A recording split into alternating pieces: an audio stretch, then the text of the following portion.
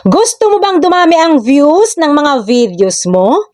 So, magbibigay ako guys ng tips para naman dumami rin ang mga views nyo. So, ang una, dapat mahook mo na agad yung 3 seconds. Yung tipong mapapahinto sila sa pag-scroll. Pangalawa, gumamit ng mga trending na music. Pero, siguraduhin mo lang guys na walang copyright issue. At ang pangatlo, maikli yung video, pero may laman yung content. Yung tipong may matututunan sila or yung makaka-relate sila para panoorin nila yung video mo. Pang-apat, regular posting. Dapat mag-post ka araw-araw na kahit hindi mag-viral. At least, mapanatiling active ang iyong account at yun na rin yung way para mapansin ka ng algorithm mo.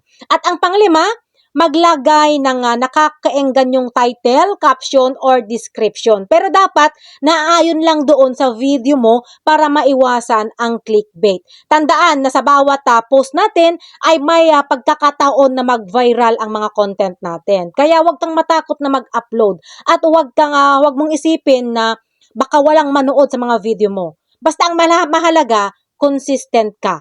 Dahil ang consistency guys, yan po yung susi para dumami ang views natin at para umangat yung bahay natin.